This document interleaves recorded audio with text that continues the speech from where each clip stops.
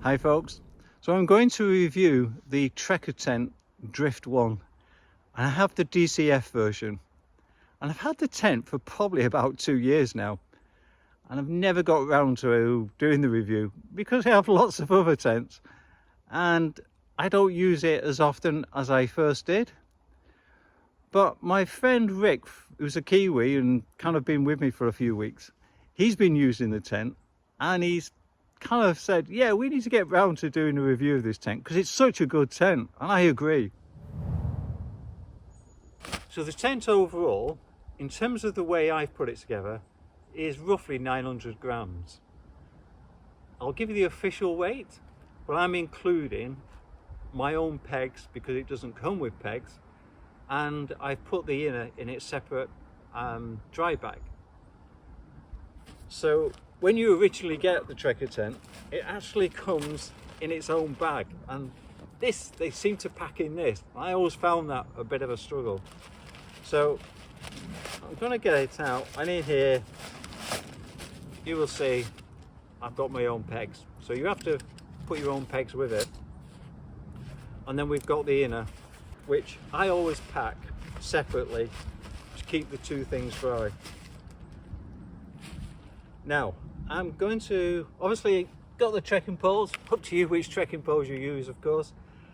But I'm going to get, these are Rick's trekking poles, so I'm going to get Rick to help me pull the tent up now, because like I say, he's the expert on this now. So what we've learned from experience is, and what it recommends on their website, is just laying out flat the actual tent, the outer tent first, or the fly sheet. And when I ordered the DCF version, I actually ordered the camo version, and I think you pay on the website about an extra 25 quid if you have the camo version.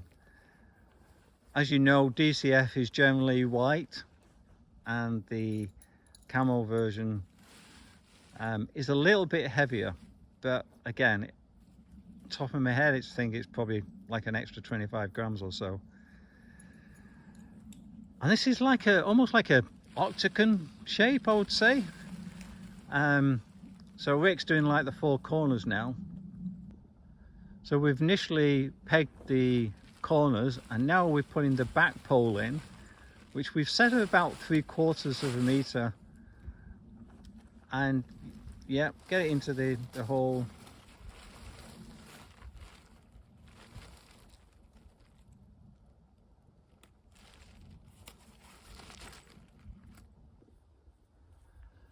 So you see around the back, I actually paid extra to have a kind of like a zipped door at the back, which you can use for extra ventilation, but I've never really used it, and I've not really had a problem, and Rick hasn't had a problem really with any condensation, so I'm not sure.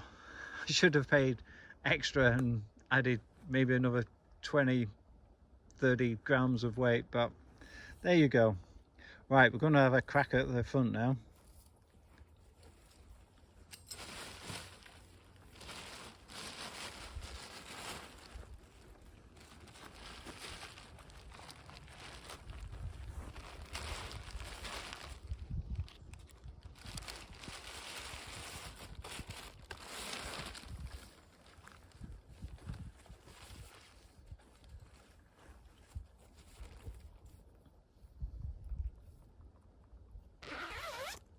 Because the guy rope is on the inside of the entrance to the tent, I find it's quite useful to adjust the length so that when you go to peg out the door, it's at the same tension as the side for the door there. And once you put the peg in and open the door, you can see that the guy rope, it's right underneath the door flap.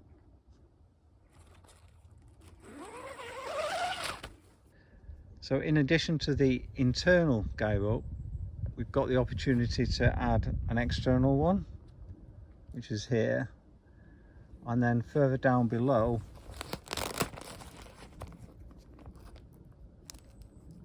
yeah, you've got a vent that you can use there. So as you can see, we're coming along. We've now got one of the guy ropes in. And obviously there's one on the other side as well. So in really tough weather, you can add that in, but sometimes we leave it out. It's not absolutely necessary, but it's helpful. And of course we'll do the same on the other side.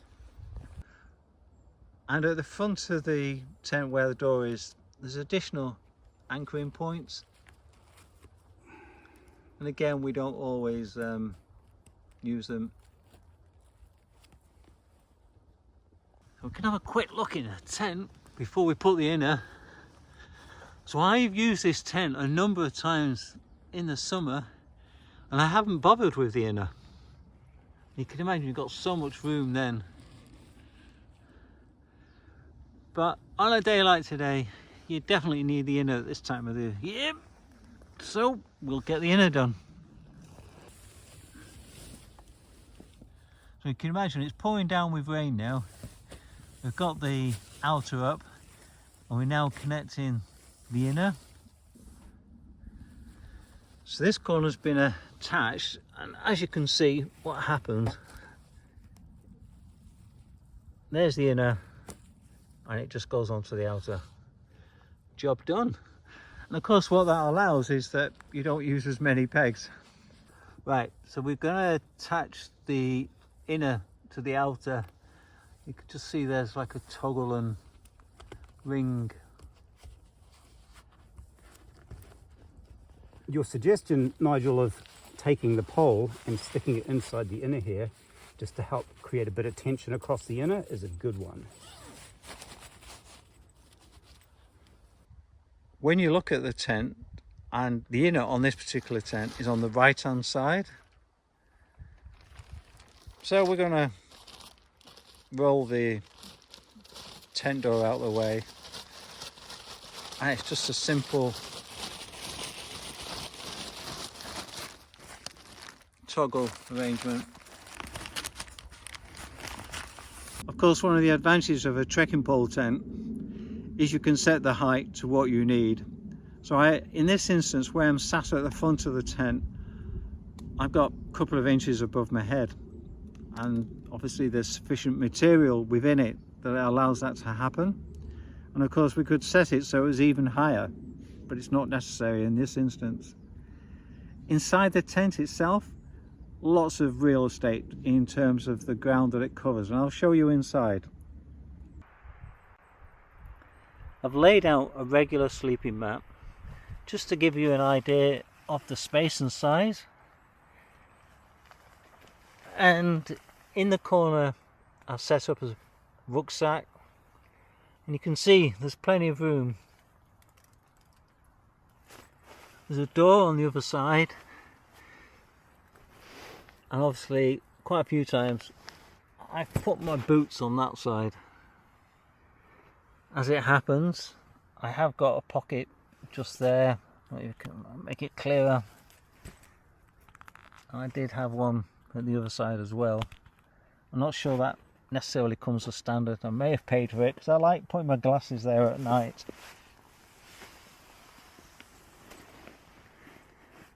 And then if you're here at the front of the tent, there's sufficient space for cooking and having the tent door open or shut, depending on your preferences.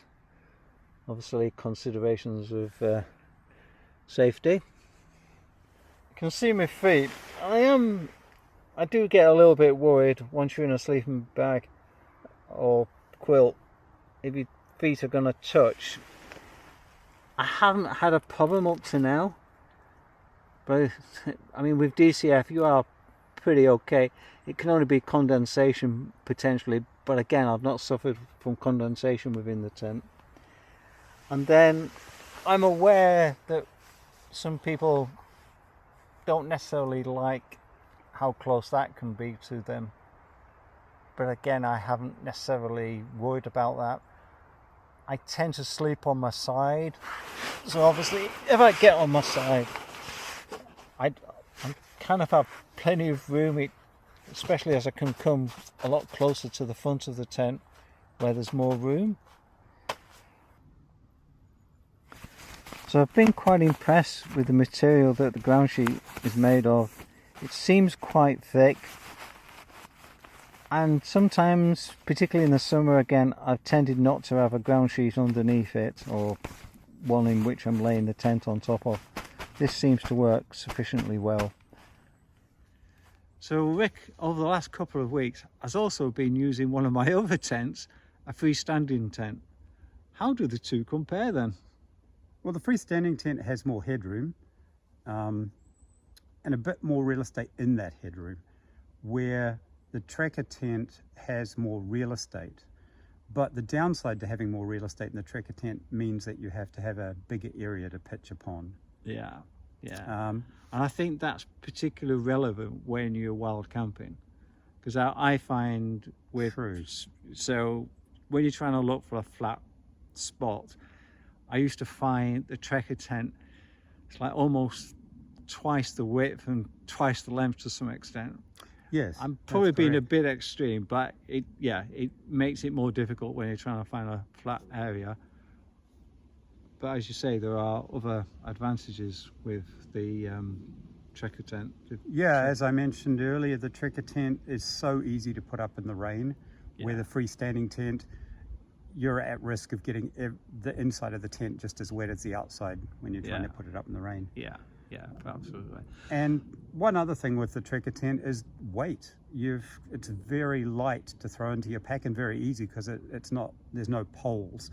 But of course, the downside to that is trekking poles. You have to carry those. Yeah. Guys, I'm really interested in your opinion. Trekking tent or trekking pole tent versus freestanding tent. You've heard our opinions and we have enjoyed doing the video. It's been lots of fun. So don't forget, drop us a line and hopefully one day I'll see you on the trails. And thumbs up for the ducks.